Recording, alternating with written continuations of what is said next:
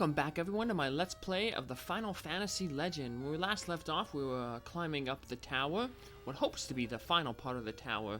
We're making this climb to hopefully find paradise. However, we ran into some people who ran into the opposite of paradise, basically, in the last episode. 4 people, including 3 children, who were all killed in a shelter. I guess they were overwhelmed by all these terrible monsters that we've been running into, but they were praying to some creator who unfortunately did not answer their prayers. So looks like there's some trouble going on up here, that maybe paradise doesn't await at the top of this tower. So, well, there's only one thing we can do, is keep heading on up, because we made it so far already. So,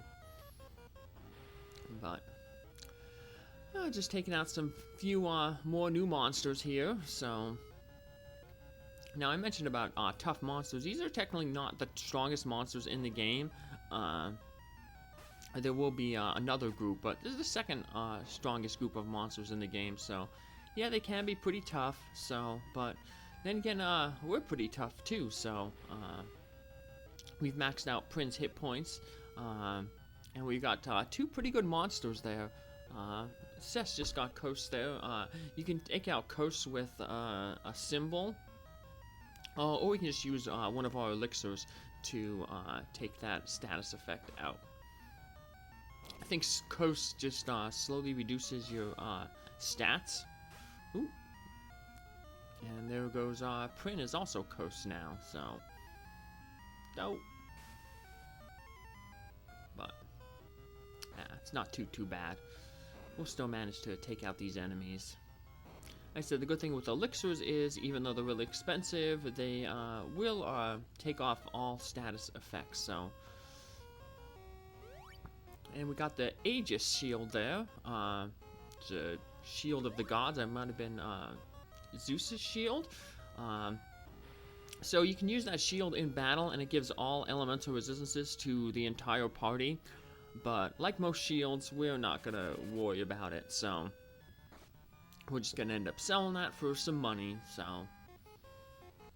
let's keep heading on up the tower. And wow, we run into a lot of enemies in this little section here. So, but yeah, high encounter rate for some reason. But sometimes you get that. It's just a matter of how the random number generator determines how many steps you got to take until you hit your next encounter. So sometimes it runs high, sometimes it runs low. Like I said, I think I read that it can run anywhere between 1 and 64. So, like I said, it's just a matter of the odds. Alrighty, so we're getting very close to like the end of the tower here. It's looking very futuristic. So we got a side world here that we want to make sure that we encounter. So we're going to avoid this door on the right there for now. Good thing with that cat claw that Prin has, our human, she can pretty much take out anything in one hit. So even these tougher monsters. So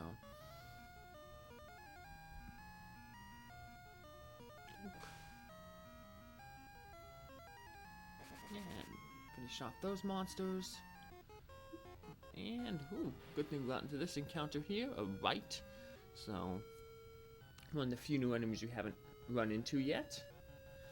So ooh, too bad we don't have any good damaging attacks with Cess there. Be nice to get another spell on her that can multi-target all these characters, these enemies. Be able to take them out in one round. But once again, this speaking of odds, it's all on the number generator determining what spells and abilities you get with your mutant. So once again, it's playing with the odds there. So sometimes you get lucky, sometimes you don't. So unfortunately, for the most of this playthrough, Cess has been kind of unlucky. So she got a few abilities like gas that are pretty decent, But then she also lost them, so... here's a side world here. Bookshelf. Ashura is controlled by... And hey, we get a flare. That's the ultimate magic in the game. By the... And we cannot read the final word. Who controls Ashura? In the Japanese game, what happened when this room, it actually had a list of different people's names, and then how far they got up into the tower. As if somebody was keeping track of everybody who tried to climb the tower, and how far they got. So, but for some reason, I guess they censored that in this reason. I don't know why, but. You know, you think maybe because of, you know, the whole thing with, you know, death or whatever, but they kept in that, the children, and that guy being killed in that shelter, so, I don't know. But here's another quick little side world here. You want to make sure that you visit this one, because when we talk with this guy who kind of looks like Ryu, oh, did you come from the tower? Yes, we did. Then this is for you. You get the Excalibur. What is it? I was told to wait for a hero from the tower. You have finally come, and I have fulfilled my duty. And with that, he disappears. And we get the Excalibur. It's going to be the first strength, well, the only strength-based weapon that can deal damage to an entire group. One thing that's different is in the Japanese version, the Excalibur had unlimited durability. In this one, we only get 50 durability. So, oh well. But 50 is more than enough for what we need. Problem with Excalibur is, it's also bugged. It still does a fairly decent amount of damage, but it does damage based on the enemy strength rather than your character who's swinging its strength. So, but still, it's a decent weapon for Prin there to use because it finally gives her a multi-targeting attack. So. If we combine that with our two monsters who also have multi-targeting attacks, we can almost take out a group in one go. So, yeah, just finish off this Wraith here. Shouldn't need did most damage, shouldn't need too much, so. Use some of our weaker abilities. Well, thought we almost had it out, but oh well. We'll take it out for sure this time. I didn't want to waste any of my, like I said, didn't want to waste Excalibur on it because it's only by itself, and oh, my Peace Sword or Cat Craw. So let's keep heading up. Got another treasure chest over here, and what do we got? We get the Glass Sword. This is another sword that also has some changes from the Japanese version and the version that was released in North America and Europe.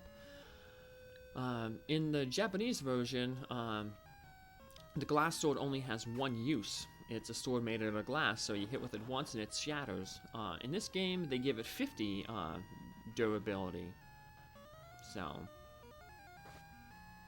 it's one weapon that definitely got a buff, where the Excalibur got a debuff. The glass sword got buffed a little, so.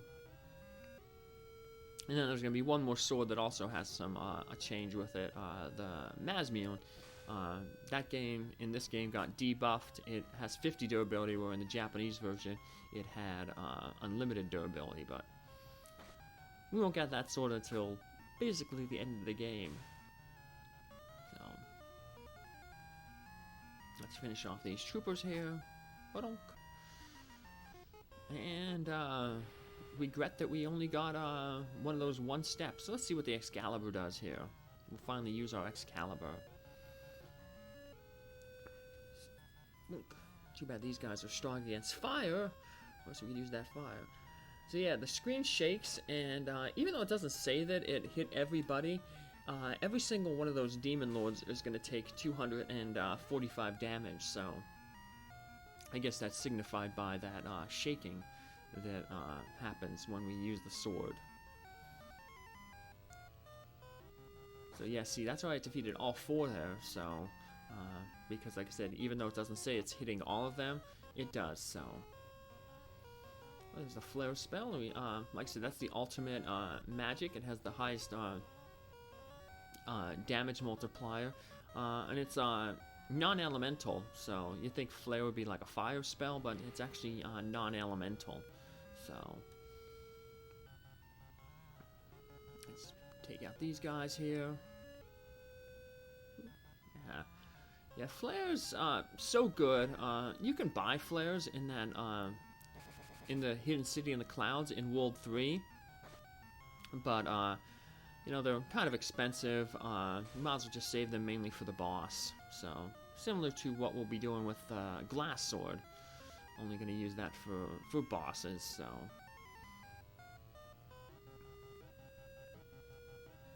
Prin might get her, or Cess might get her longbow back. She's almost out of magnum ammo. So she'll be debuffed from a magnum to a longbow. And this is actually the main final floor in the game. So that big tower that we're going to on the right there, that's going to be like a big, huge escalator. So we're very close to the end here. So we've almost reached paradise. I wonder what it's going to look like. Gotta take out these guys though first. But soldiers defeated. Yeah, it looks like for some reason I think the barrier spell is also bugged when the enemies use it. Because there was 5 enemies there. There was 4 demon lords and then 1 soldier. However, when it used the barrier spell, it only gave barrier to 4 people, and I think what happens is it actually gives barrier to your party. So once again, we have another bug in the game, but actually it's like I said, a beneficial bug. So, and here we have the top hat man. What's he gonna say? Be careful, Ashura lives above. So yeah, we step on here. It takes us to a little escalator, and we take it to the final room. So let's just move our stuff around, heal ourselves up.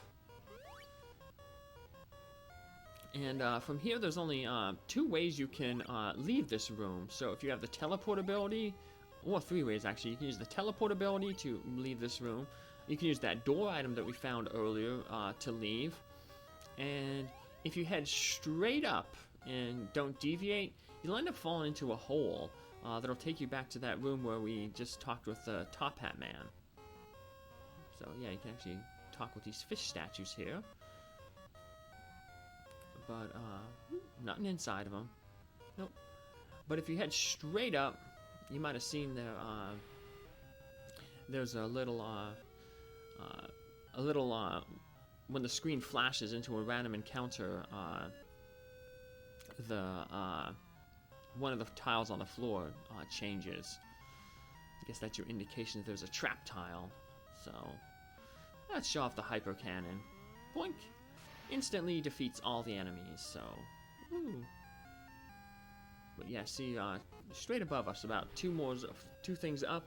Yeah, there's a little trap tile. That's your 3rd way to get out of this room. So, kind of annoying to hit that little trap tile, because as you'll see right beyond the trap tile is going to be Ashura. So yeah, that's Ashura's last little trick that he pulls. Try to go straight up to talk with him, and you'll fall down a hole and have to walk back to talk to him again. But let's just save here. We step in that hole. Oh, we end up back here in this area. But let's just reset our game and restart from that save. You need to go to the left or to the right. And we run into some rights. We went left and we ran into rights. So, no. But let's just take them out real quick. Finish them off. Sure has a lot of bodyguards here. So, Ashura will actually become a mainstay in the other 2 Final Fantasy Legend games.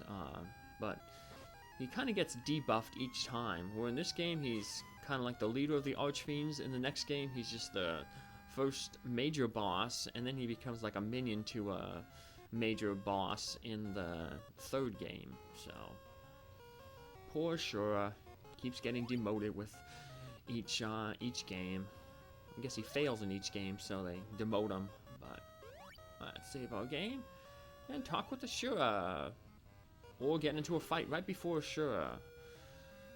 Alright, so you've made it this far. I'll make a deal with you. A deal? I'll give each of you a piece of the world. How does that sound? No way, we'll never work for you.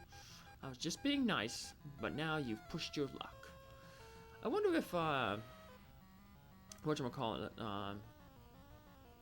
the four fiends, were other people who, you know, climbed the tower and took that deal that Ashura gave. You know, because there's 4 of them and 4 of us. So, I wonder if it's like a reoccurring cycle. You know, whoever defeats the 4 fiends and comes face to face with Ashura, they get the chance to become the next 4 fiends. But we're not going to take that chance. We're going to take Ashura out here, so. Has some pretty deadly single attacks, 6 arms, 3 heads. That's why it's good that we have our one mutant Prin there being the golem thing, because they have really good defense. So then it gets down to Gaze isn't so bad. Flare though, really strong multi-targeting attack. Like I said, it's similar to our Flare, where it's basically ultimate magic attack. So, but after a few rounds, Ashura has fallen, and woohoo! We won. Guess we've beaten the game. Let's head through this door. I guess that's where paradise is. Uh-oh, it's a pitfall! Another trap. There's a voice in the distance. Can you climb out? And we end up back in the first floor. Back in the tower. Back outside the tower. I'll have a baby soon and be happy. Congratulations! Having lost the armor for the first time in my life, I learned what's really important. Thank you. It was nothing. Yet all our friends are back here now. Was Ashura an illusion, or what do you mean? Yeah, a lot of the friends, or well, not necessarily all the friends, but many of the people that we met in the game are back now here at the base of the tower. There's Rairo, King Armor, the girl that he got married to. Here's Millie. What have I done? We look so much alike, yet we are so different. Jean is also a part of you. Jean. Heal up at the inn. And there's Sayaka.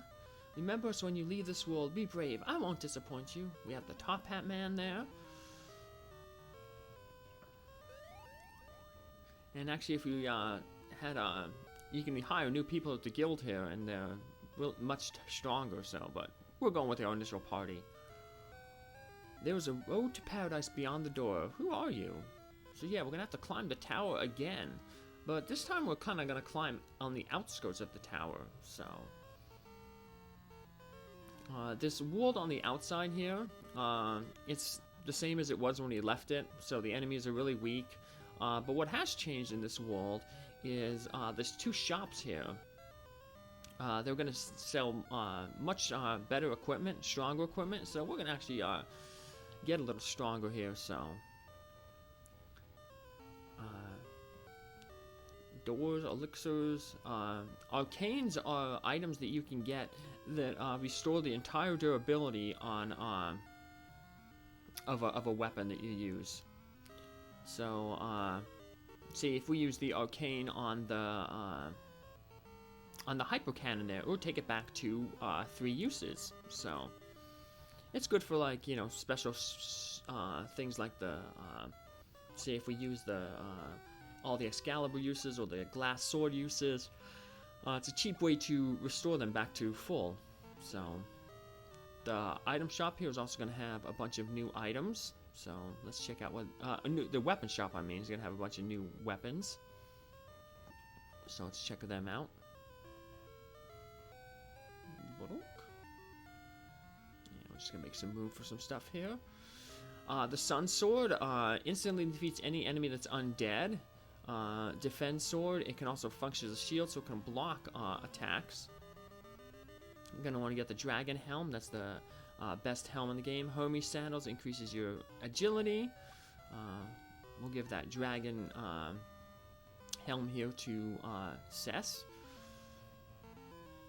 The missile is multi-targeting. It does about like 230 damage, 250 damage to all enemies. So let's see what else we have in there. There's a few other items. There's one, the power suit armor that takes the slots of all your armor, but if you buy that, you can only have that. You can't have a helmet, you can't have any